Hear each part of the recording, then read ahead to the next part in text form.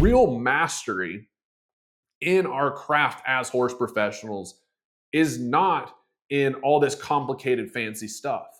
Real mastery is number one, becoming committed to the basics and then mastering the basics and being able to do the basics with really high quality. Welcome to the very first Horse Business Builders live show. We are live on Facebook, we're live on YouTube, and we've got some super exciting things in store because many of you guys have been consuming some content on the podcast, on the YouTube channel, across different social media platforms, as well as even within the Horse Business Builders community. Right, we've got a bunch of free content there in the app, and so today what we're going to be covering is one of the most important things that we've got going on in our businesses right now to end 2025 super strong and start 2026 super strong. So my promise to you guys, I'm going to set the foundation because this is the first time that we're going live and doing the show live. You guys know we've done a bunch of pre-recorded trainings and content to give to you guys, but we're in one of the most important decision-making seasons in our businesses as horse professionals. And so my promise to you guys, when you see that we're going live and we're doing the Horse Business Builders live show, is that we're going to keep things practical and tactical. All right. And we're going to do that today. I've got some very strategic things. We got set up to where we've got our paper in behind us where we can do some diagramming. We're going to go through some lists, and then we're going to be using the pad today to be able to break some things down so that way you guys have a clear plan in being able to end this year super strong and start next year super strong to actually achieve the goals that you have in your business. Understand that anything in horses, whether it's being a farrier, being a trainer, being a body worker, being a clinician, being a coach, being an instructor, right? Real mastery in our craft as horse professionals is not in all this complicated, fancy stuff. Real mastery is number one, becoming committed to the basics and then mastering the basics and being able to do the basics with really high quality and be able to break down those steps, master them with high quality, and then start combining the basics to where we can start creating some really cool outcomes, right? Whether that is being able to fix very difficult issues as a farrier or a trainer or a body worker, or being able to help a student in a lesson overcome a really tricky problem. Being able to do that as a horse professional comes from your ability and your commitment to getting really good at the basics. And I think any of us understand that. And we have to treat our business the same. This is one of the biggest mistakes that I see horse professionals make, is that they want their clients to be committed to their process in their craft as a horse professional. Yet then when they go to run their business, they're like, well, I just want to make more money, or I just don't want to have to do all this business stuff, or I just want to be able to get the right types of clients, or I just want to be able to charge what I'm worth, or I just want to be able to take a couple of days off. And it's like, you don't just get to do that. What you need to do is you need to commit yourself to actually building the processes, having the right strategy, right? What it takes to be successful as a horse professional, what it takes to be successful as an entrepreneur, as a business owner, is the exact same thing. As a horse professional, what do you need? You need to have a strategy. You need to have an approach for each situation so that way you can go from where you're at to where you want to go. You have to have the systems and the tools as a professional, whether you're a trainer, right? You have to have the right approach. You have to have the right tools so that you have the right bit, the right saddle, the right pad. As a farrier, you have to have the right rasp, the right knife, all of us know we have to have the right strategy, we have to have the right tools, and we have to have the right support to be able to get us there. Well, treat your business like you treat your craft, and guess what will start happening is that you'll start to get clients that start to treat your business like you want them to treat your business. But you're like, I don't understand why people don't respect my time, or I don't understand why people won't pay what I'm worth, or I don't understand this, or I don't understand that. I don't understand why I don't have more constant flow of clients. Why can't I build a wait list? All of these types of things. And it's like, when you start treating your business like you want your clients to treat your business, it's funny how your clients start treating your business like you want them to treat your business, but it starts with you as the professional. And so what it takes to become a very high quality professional that is truly focused on serving our customers, serving our clients, and serving our students, and serving our horses, what that takes from the horse side of things is almost exactly what it takes on the business side of things. But the reality is that many of us as horse professionals got into this because we want to spend time with horses and doing the craft that we love doing. We didn't necessarily get into it for the business side. Well, at some point, we all got to wake up and smell the roses and go, if we're really serious about serving our horses, our clients, and our students at a high level, we have to take responsibility and we have to make some critical decisions about our business, and we have to actually take action to have the right structure, have the right strategy, have the right systems and tools in place so that we can focus on the most important thing, which is where our time, our effort, our energy, our skills, and our talent is most needed, which is in serving our horses, our clients, our students, right? Either you're going to make intentional decisions in your business to get the results that you want to have, or you're going to drift into a situation that you don't want to end up in, right? And the thing is, it's like with horses, either your horses are getting better or they're getting worse. Either your business is getting stronger and better and it's becoming more sustainable, or it's going to become less sustainable. Like it's almost impossible for a business just to be static, just like it's hard for a horse, whether it's their training or their soundness. Like either they are getting stronger and better or they're getting weaker and worse. We're all going to have situations in our businesses. Here we go. In our businesses, and it comes down to a decision. How am I going to handle this? Am I going to react? Am I going to respond? How am I going to, my decision around how do I handle difficulty, right? Decision is I'm not going to get emotional about it. If we don't quit, we can't lose. So let's just keep going and we'll figure it out as we go, right? That's one of those decisions, like set that 1 to 2 big goals and go, I don't know how I'm going to pull this off, but this is what I'm meant to be doing, right? This is what's going to allow me to serve the types of horses and the types of people that I'm meant to be serving in my life.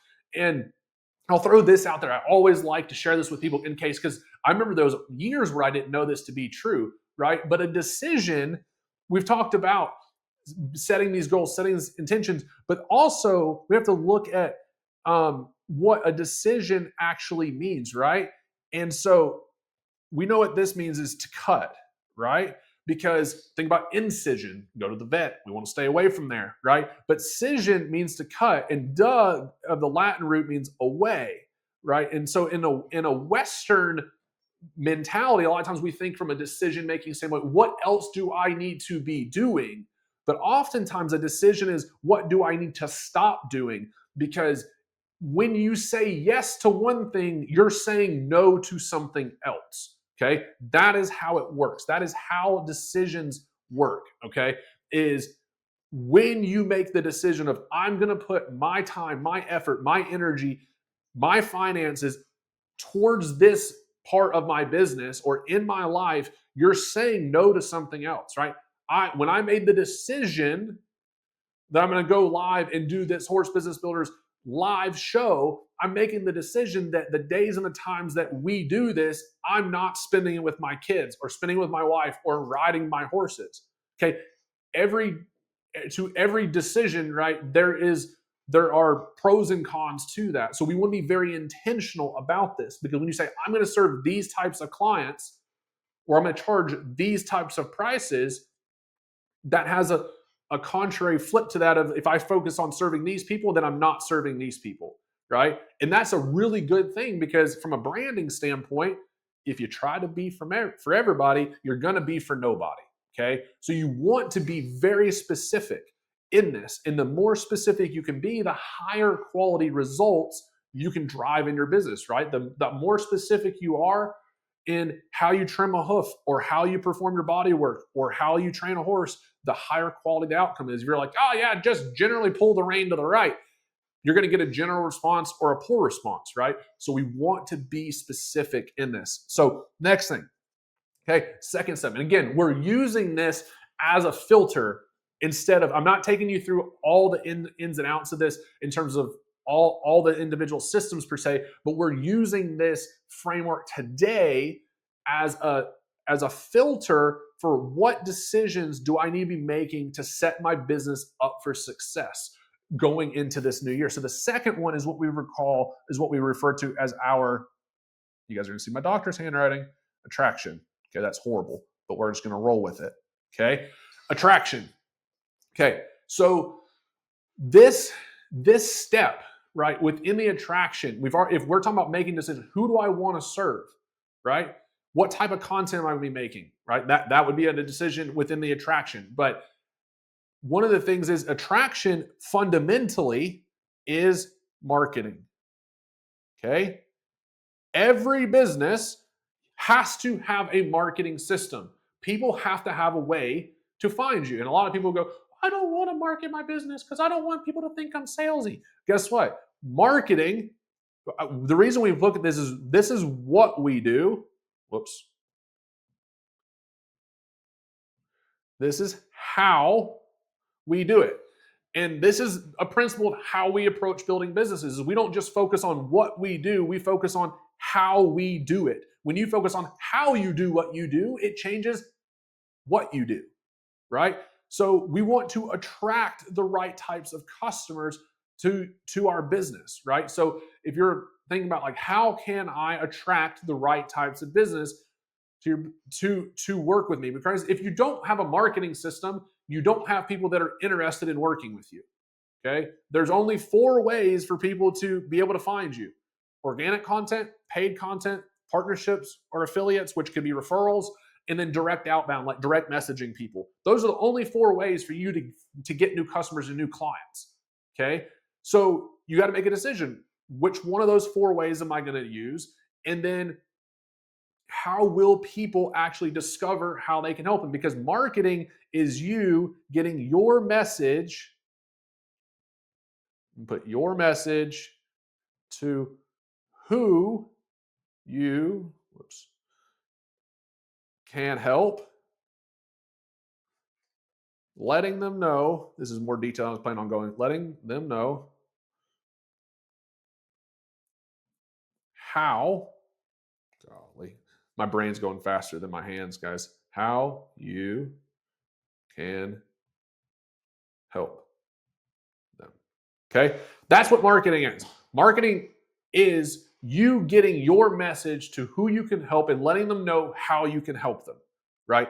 That's what marketing is. And so you've got to make some decisions on how are they going to find you, right? What types of content do you need to create? What relationships do you need to build with people, right? If you're going to do partnerships or affiliates or referrals, you need to have relationships with people that can send you clients. If you're going to use organic content, what type of reels are you going to do? What type of Facebook posts are you going to make? What type of TikTok videos are you going to do, right? Where are your clients actually coming from, right? You got to know where you're going to attract them. And if you're going to be able to build an email list, one of the best things you can be doing is email lists and private communities, right? So that way you can get back in touch with them, okay? So you have a sustainable marketing system, right? Sustainable.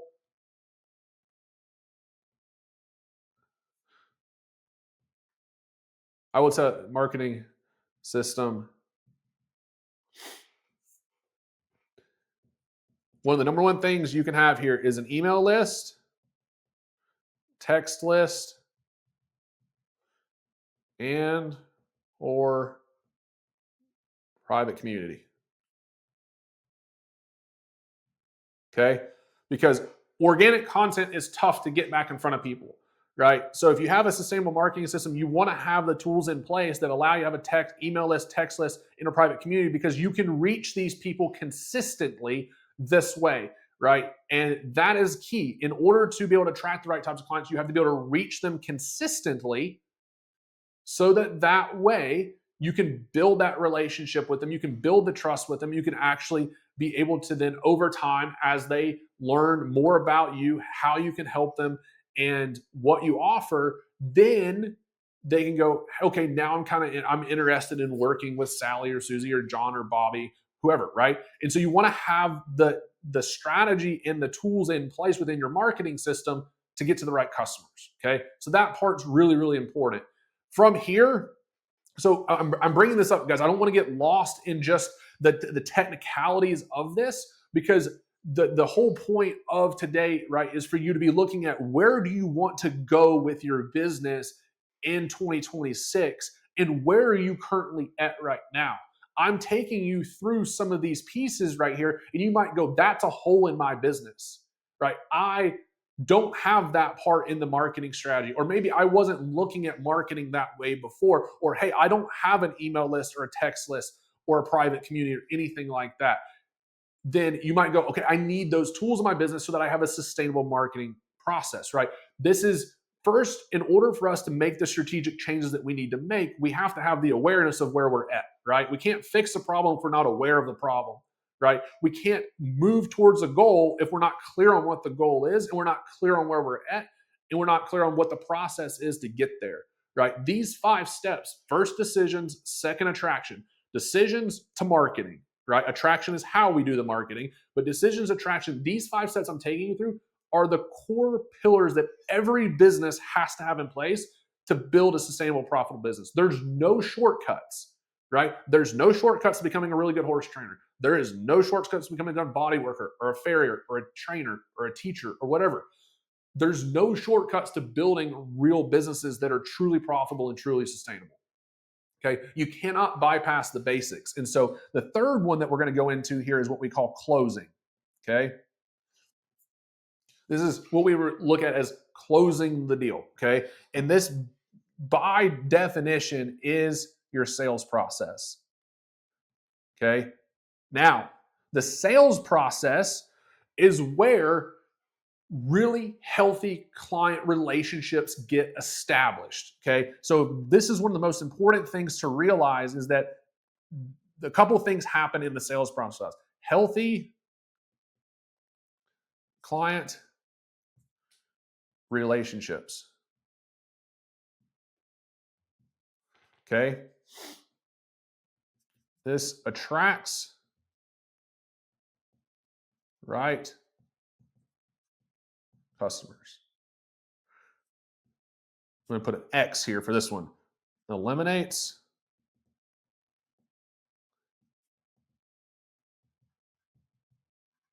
tire kickers. Okay, this process eliminates the tire kickers as well. Okay, and so that's really important. So this is not all the results that we get from having a sales process in play, but if you're thinking about the decisions that you're making of how you're going to set your business up for success going into 2026, then you might going, I want to have healthier client relationships in my business, right? I want people that I really enjoy working with, right? Well, then you want to make sure you have a sales process in place, a closing process. If you're struggling to get the right types of customers that really value what you do, and not just what you do, but how you do, you want people that value your process, then you want to have a sales process in play, right? If you're tired of answering the same 20,000 questions in Facebook Messenger about what do you do, how much do you charge, what's your availability, a sales process helps eliminate those problems, right? And so, because the thing is that if we have the wrong clients come into our business, the wrong students, the wrong parents, the wrong customers, right? If those things happen, those are very expensive mistakes, right? We can joke that because we let the wrong people in, now we have to go hire a psychiatrist to be able to deal with the mental and emotional toil that they took on us, because now we're trying to navigate this situation with their horse in our care or whatever. And we're like, oh my gosh, I would need to fire this person, but I'm in a pinch, da da da da da. Like we can joke about that, but we all know that there's some reality to that. The best prevention to that is don't let them in the first place. Have a process that screens out the wrong people and brings in the right people and eliminates the tire kickers. A lot of us, if you make the decision of, I'm just going to answer the people. So here's the thing. Fundamentally, if you are in the position where you're like, yeah, people message me on Facebook or they text me, and I sit there and I spend, an hour or 2 hours on average per person answering the same 20 questions over and over and over again, that is a decision that you make. You are making the decision that you are willing to do that, versus you go, hey, I realize I am wasting a ton of time answering the same questions over and over and over, and a lot of those people are not the right fit, or a lot of those people don't have any intentions of ever paying me. How can I get my time back? How can I stop wasting my time answering the same questions over and over and over again? That's problem number one, right? How can I get these questions answered for people without wasting my time? Okay, got to solve that. We solve that through a sales process, right? Then how do I screen people to where the people that are the wrong fit can first go, this is not the professional for me. So they self-select, they pre-qualify them. They're like, no, it's not for me. But then the other people that are still interested in working with me, I have a way to screen them before I start spending my time in the process. And we use the sales process for this, so we can screen in the right types of clients. Okay. And then we can confirm that. Because here's the thing, this is a sales process. And first and foremost, your sales process is about serving your customers and your clients. Your sales process is not about convincing people to pay you to help them with their horse, right? So if I wrote convincing here, it's not about convincing. It's about serving. That's what the sales process is about. The sales process gives us a system to where we can focus on finding and isolating the right people that we're meant to be serving, right? You can't help everybody. So you've got to be able to focus your time, your effort, your energy, your resources in serving those that you can truly help. And that's a branding thing. If you try to be for everybody, you're going to be for nobody. If you try to be for everybody, you can't properly communicate to those that you can actually help. And so in the sales process, our whole goal here is to clearly communicate who we can actually help and then take them through a process that saves our time, brings the right people closer, make sure, one of the big things is that this process makes sure clients see and know the real value and quality of your business. Okay, this is so important from a sales side, is that the sales process also makes sure that your clients see and know the actual quality of your business, right? This eliminates, we know what this gets rid of? Price shoppers, and it brings in value shoppers. And so if you want people that pick your business based on value, then you want to make sure you have a sales process that allows them that keeps them informed and puts the value of what you actually do and the quality of what you do at the forefront, to where they're picking you because of the quality and the value that you provide.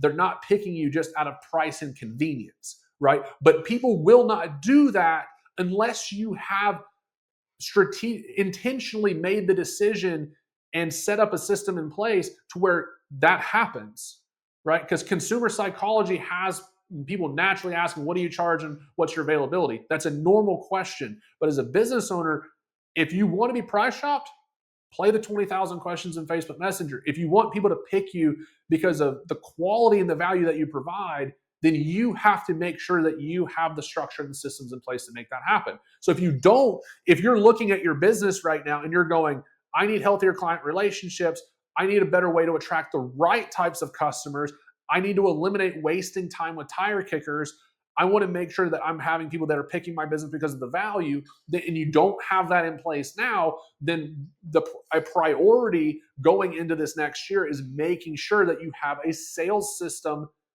set up that allows this to happen in your business. Okay, that's really important. And so from a tools-based standpoint, right now, here's the thing: the tools that we use are the tools that my amazing wife built, called Horse Business Manager, right?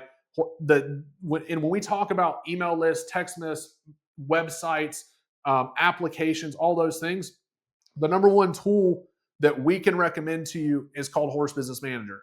Okay. Not everything that we do is because of this platform right here. Okay.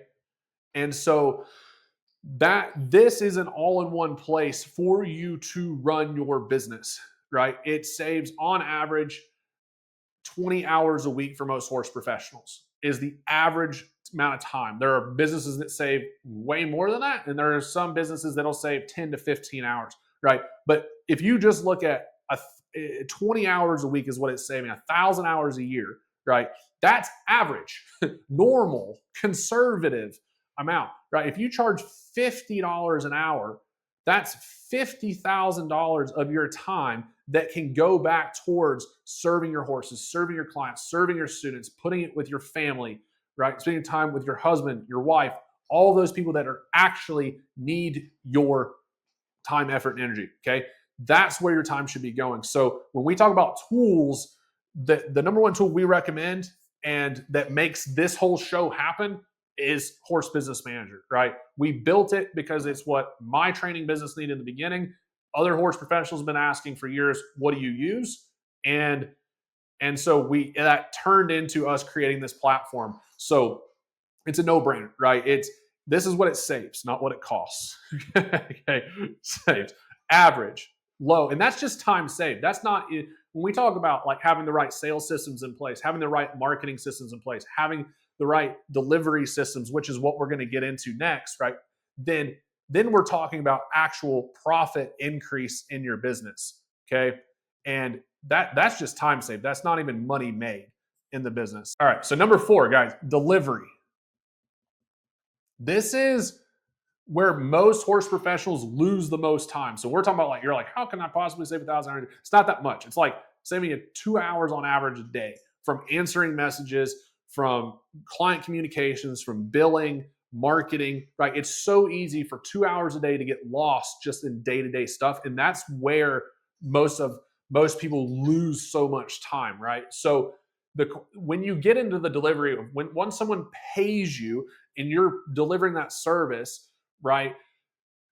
The question you have to really look at this is like, do I have a system in place that handles these 4 things? Because there's 4 areas that every horse business has to handle. Number 1 is scheduling. 2 is payments and invoices. And this is where we talk about really getting sustainable and profitable, right? If your scheduling is out of whack, if your payments are out of whack, if your day-to-day tasks, if your day-to-day tasks are scattered and you're not prioritizing those, it's so easy to get overwhelmed, to get stressed out, to get behind, right? And if your scheduling is not proactive, if your payments are not, like your profit and your money coming into your business should be predictable, right? It should be predictable. And then the 4th thing here, and I've already alluded to this, is your communications. And I'll just put with clients.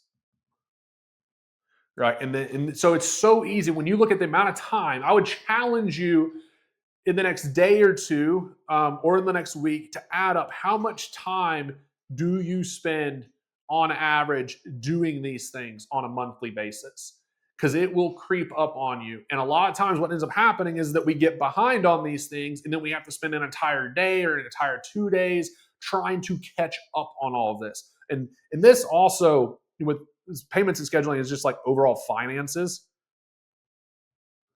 We're close to the end of the year where we want to be up to date on our books, right? We don't want to be waiting till April 14th to do our taxes. Not a good idea, right? Because it's the financial decisions you make in the next 4.5 weeks or so will determine what your taxes look like, right? So we want to be intentional. We want to be on top of these things from payments and invoices. That way that our income is reliable, our profit is reliable, but also we can make intentional decisions going forward. And all of this is where, like within the closing process, we set the tone for that client relationship, right? Then in the delivery is where we deliver on those expectations. If you want clients that respect your time you need to be on top of your time management. If you want clients that pay you on time and are happy to pay you, you want to make sure that you have a way for it's easy for them to pay you on time each and every time, right? If you don't have these systems in place, then people start wondering, like, I don't understand why clients don't respect my time, or why they're communicating and sending me a text message at 11:30 at night. It's like, probably because you don't have the structure in place, and you haven't. We're talking about making decisions for next year, right? You have to make the decision that I'm going to take control of these four pillars in my business that have to be done. And when I take control and I'm intentional with how I run my scheduling, how I do my payments and my invoicing, how I prioritize my day-to-day tasks, and how I'm going to communicate with my clients, then your clients will be more respectful of your time. They'll be more professional in terms of paying you on time. They're going to communicate more clearly, which eliminates a lot of the client headaches that happen down the road, right? So we have to handle all of these things in our businesses, right? And so we want to be aware of where are we currently at? How are we currently running these four things in our business? And what improvements do I need to make my business more successful next year? Okay. And then the fifth thing, and that, like, so number five is where, here's the thing, is like, I spent a little more time going through that because it's pillars.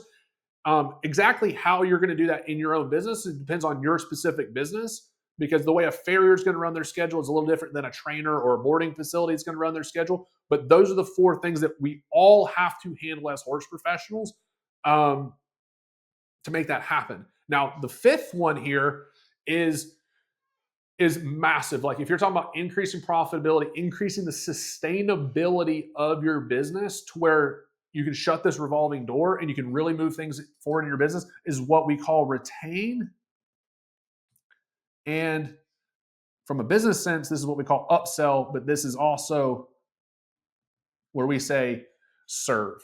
Okay, retain and serve, which is we want to retain the best clients, the clients that we love working with, retaining those people in our business. How can we continue serving those people in our business? Because so many horse professionals, so one of the most expensive things in any business is getting new customers and getting new clients. It takes a lot of time to develop that trust, for them to get to know you, right? For them to figure out how you can help them.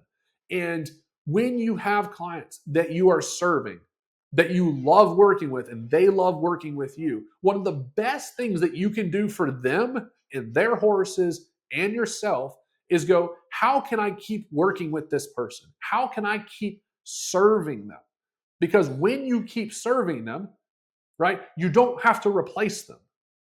And when you continue serving them, you can continue helping them get higher quality results, better experiences, things that directly benefit them and their horse. So this is not, when a lot of people see this and they're like, okay, I'm going to retain it and I'm going to upsell them. A lot of people get focused on upsell. Okay, when you continue serving someone, guess what they're going to do? They're going to continue paying you. And that's beneficial for your business. But it's also beneficial. This is about putting the customer and the client and their horse at the forefront, right? If you get somebody and they're not the right fit, don't retain them and don't upsell them. Don't keep serving them. Set them free. Okay.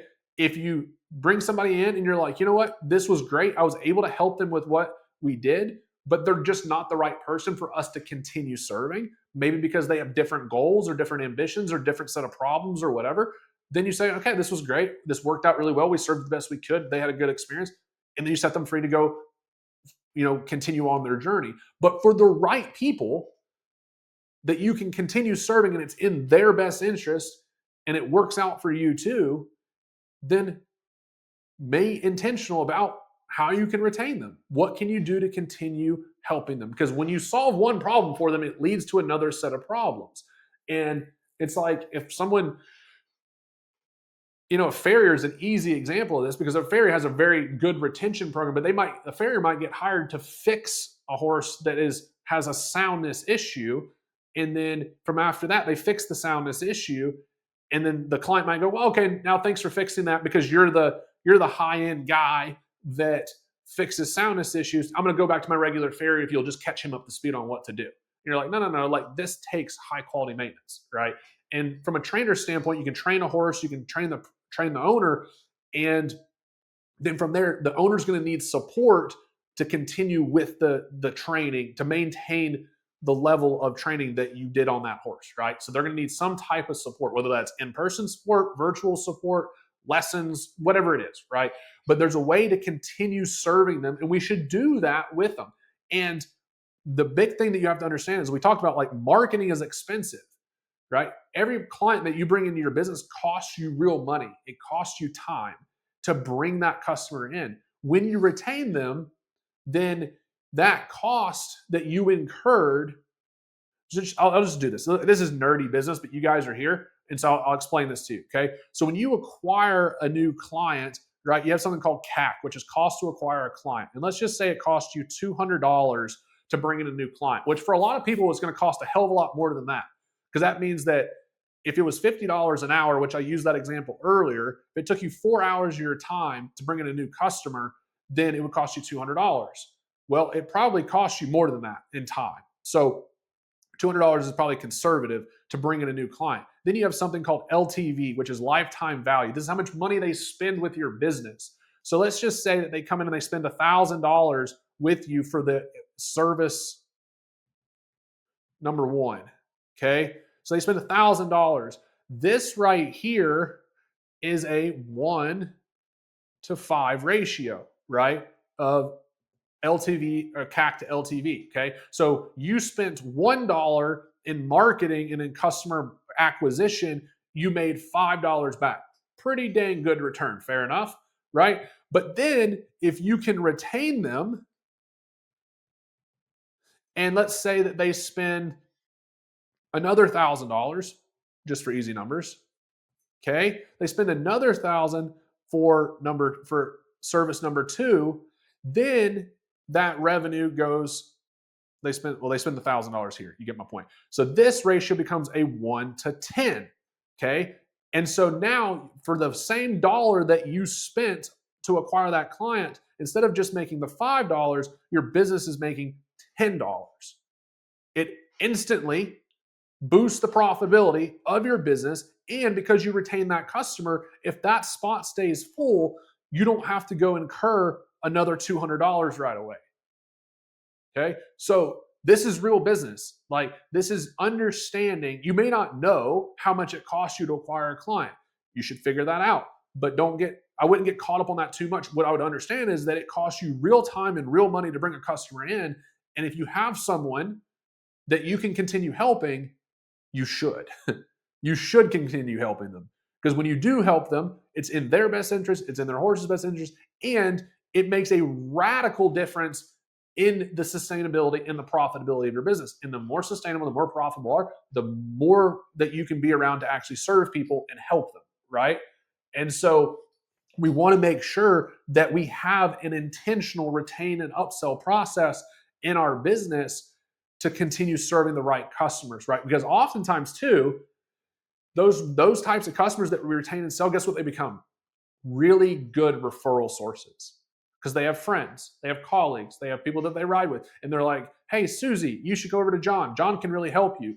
And now they're able to bring you customers that cost you less in your CAC, right? Cost to acquire a client, because they're really strong leads from people. And so then the more, because if you could keep those really strong people around, then you have a really good culture, a really good environment, and it's really fun to work with these people, right? And they're happy to pay you because you're helping them and you're serving them, and it's a really good environment. But it comes down to being intentional, right? Don't let your business just have that revolving door, right? And so, and this becomes possible. How can you retain an upsell? Well, people only want you to continue serving them if what? If they had a really good experience in the delivery process, right? And so that's why all of this has to work together. You can start building that foundation with the decisions that you're making, but then if you over market and under deliver, right? So you oversell it and you over promise on your marketing, and then you under deliver in the delivery, it's going to cremate your reputation, right? So when in your marketing, none of the marketing is about overselling anything. Marketing is about clearly communicating how you can help people, who you help, and then guiding them to take next steps. Right? The sales process is there to protect. Right? We talk about a horse business trifecta. The sales process is built on that trifecta.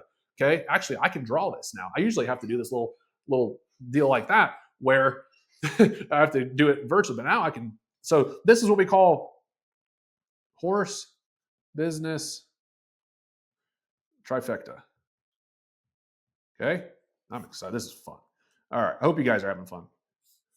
Okay.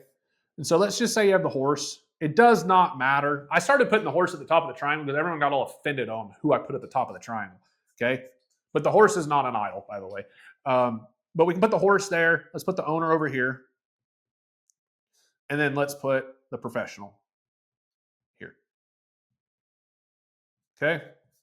So you get all of these. Okay. So in order for this to work, right, this is about the relationship being the right fit for everybody. Okay. The horse business trifecta, we primarily we want to make sure that this is in place. So we enforce this by our marketing. Our marketing attracts the right types of customers, but also marketing can sometimes attract the wrong ones depending on what type of content people see. That's okay.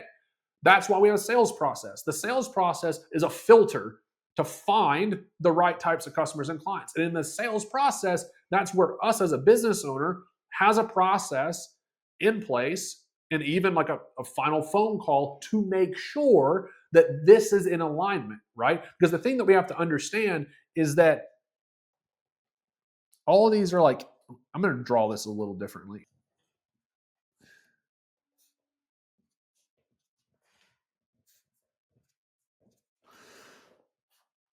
It's still a triangle, okay? But what we have to understand here is it's not a very beautiful triangle. What we have to understand is that not every professional is for every horse, and not every horse is for every professional. So we have to make sure, is the horse and professional line the right fit, right? Am I the right professional for this horse? And is this horse the right horse for me as a professional? Okay, that our sales process is to make sure of that. Again, then not every professional is for every owner, and not every owner is for every professional. Okay. So we want to make sure that through our sales process that we're the right professional for that client, that customer, that owner, and that owner is the right type of owner or client, customer, or whoever for us as a professional. And then the fun one is not every owner is for every horse, not every horse is for every owner, right? So we have to I would really truly believe it's our fiduciary duty as business owners to make sure that as much as we can in the sales process, that this is in alignment. Because if we can make sure that this is in alignment, we are setting ourselves up for a lot more success when we get into actually delivering the results to our customers and for our horses. And so that's what we want to make sure in the sales process. Then we execute, right? We in the sales process, we're making sure that those good client relationships and boundaries and expectations and communications and respect of time are set up in the sales process. And we deliver on all of that in the delivery process. And then for the right ones, we retain and we continue serving them. We'll wrap this one up, guys, but I really appreciate you guys being here for our first inaugural Horse Business Builders live show. If you guys enjoyed this, let me know. It's y'all's feedback that we're going to use to be able to come up with upcoming episodes, coming show. And if you want the replay to this, we will make this live in the Horse Business Builders community, right? We'll make sure that the replay is up there for you guys there. So if you haven't downloaded the app, it's 100% free. It's on Apple, it's on Android, and it's only for horse professionals.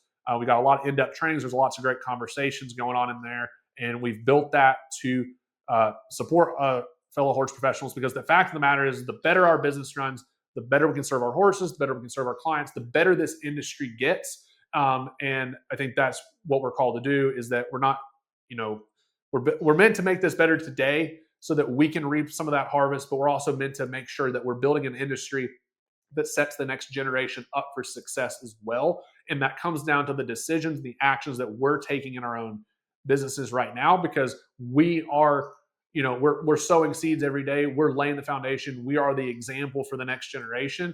And also, we're the things that we take actions around will be the direct implications of the fruit that we're able to harvest, so that we can have the financial resources, we can have the time resources, we can have the opportunities that allow us to serve our horses, our clients, our students, our families, our kids, our husbands, our wives, our community, and everyone around us. And so um, it all comes down, as business owners, it's such a great blessing to be able to serve those around us. And that's what we're meant to be focused on. We're focused on serving you guys as horse professionals. I really appreciate you guys being here, and we'll see you guys on the next one.